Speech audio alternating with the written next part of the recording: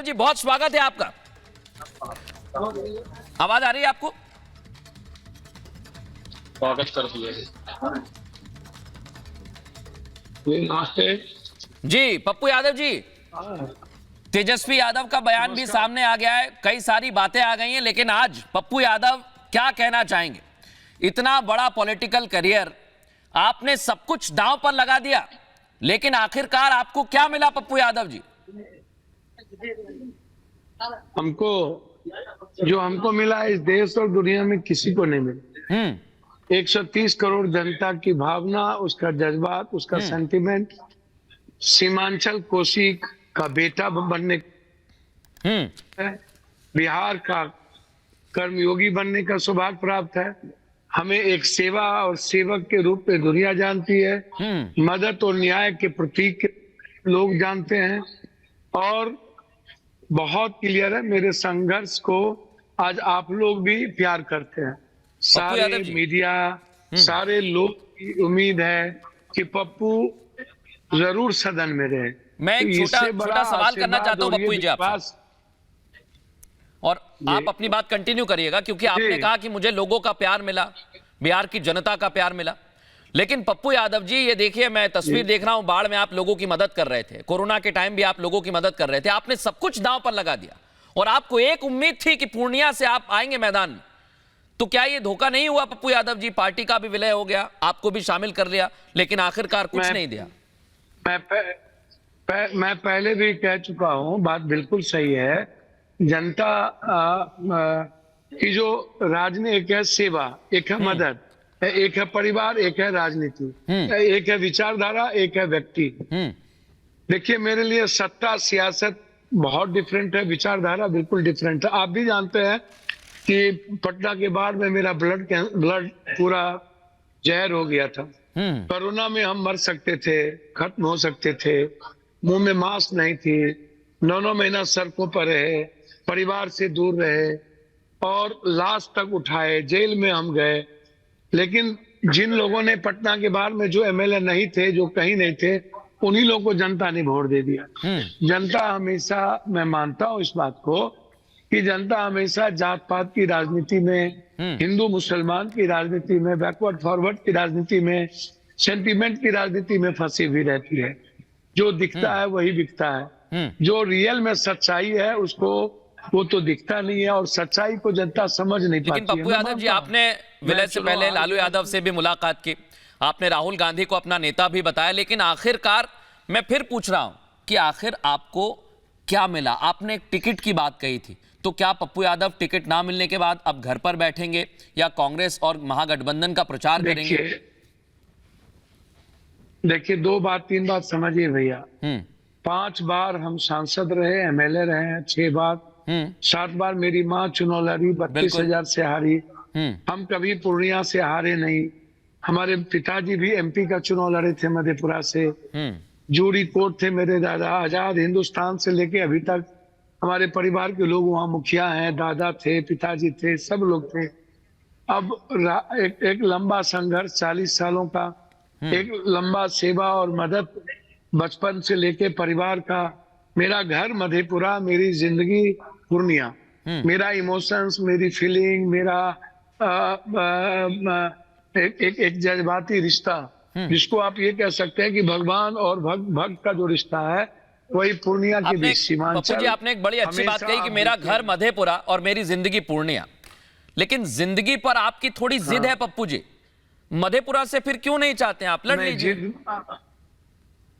देखिए, मैं कोई जिद नहीं करता, आपको भी पता है भरत भाई मेरा कोई जिद नहीं होता है। जी जी, आपको जानते हैं, 1 सालों से पूर्णिया हमको कभी चुनाव नहीं हराया। हाँ, आप पहले आप देख लीजिए, हम नहीं थे, मेरी माँ लड़ी, मात्र 32,000 से चुनाव हारी। जबकि 22 चले गए और कोरहा हमारे साथ आया, तो कोरहा फल का हमारे बगैर भी हमारी माँ को रिकॉग्नाइज किया, जो जितना रिकॉग्नाइज करना था। और उसके बाद जब मैं संकट और अलग रहा, परिस्थितियां मेरे विपरीत रही, तब भी पूर्णिया ने हमको बेटे की तरह आंचल में रख लिया, हमें गले लगा लिया जी। नया यंग जनरेशन जो नया है, वो भी प्यार करने लगे। एक छोटी सी बस आधी उनके दिल में भी मैं एक छोटी सी बात कहकर आपको धन्यवाद करता हूं पप्पू यादव जी। आपने कहा कि मेरी जिंदगी है, लेकिन अब वो जिंदगी कहां तक चलेगी, कितनी चलेगी, ये देखना होगा, क्योंकि अभी तक कुछ भी साफ नहीं है। अब देखना होगा कि कहां से आप मैदान में आते हैं। बहुत धन्यवाद हमसे बात करने के लिए। एक बार फिर हम चर्चा में आते हैं। और शहजाद पूनावाला जी, गुत्थम गुत्था नहीं है, पहले ये बात शुरू हुई, पप्पू यादव ने खुद कहा, कितनी सारी बातें, कितने वादे किए गए, तेजस्वी ने भी कह दिया, ये क्या चल रहा है इतना? आपको क्या लगता है बहुत अच्छा आपको अब बैकग्राउंड मिलने वाला है?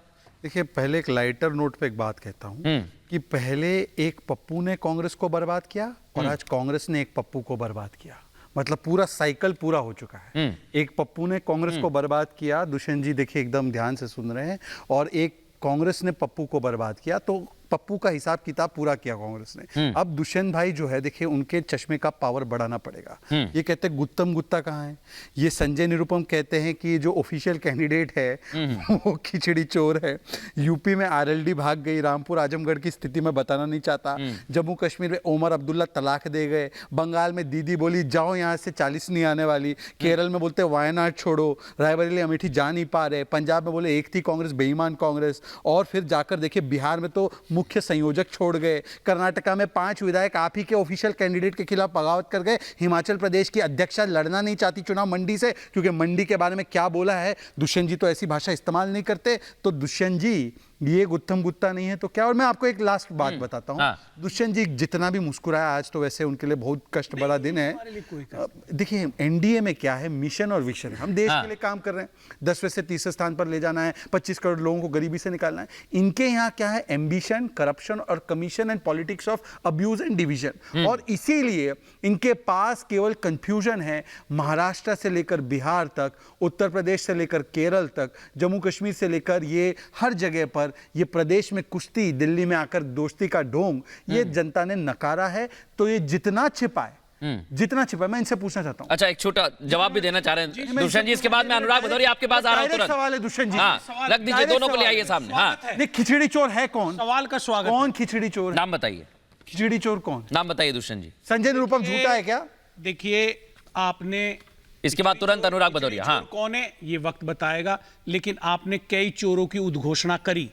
वो कथित रूप से जो चोर थे वो आज आपके साथ बैठे हैं। आप कहें तो मैं 2-4 लोगों के महाराष्ट्र से नाम ले सकता हूं। नहीं, संजय निरुपम क्या बोल रहे हैं? लेकिन मैं आज देश को यह बताना चाहता हूं, देश अपनी सरकार के बारे में जान ले कि उनकी सरकार क्या कर रही है। भारतीय जनता पार्टी के केंद्र की नेतृत्व वाली सरकार का जो आईटी डिपार्टमेंट है, हाँ। उसने 1993-94 का 54 करोड़, 2016-17 का 182 करोड़, 2017-18 का 179, 18-19 का 918 और 490-19-20 का टैक्स की पेनल्टी, जो एक बड़ा अमाउंट होता है, कांग्रेस पार्टी पे बनाने का काम किया है।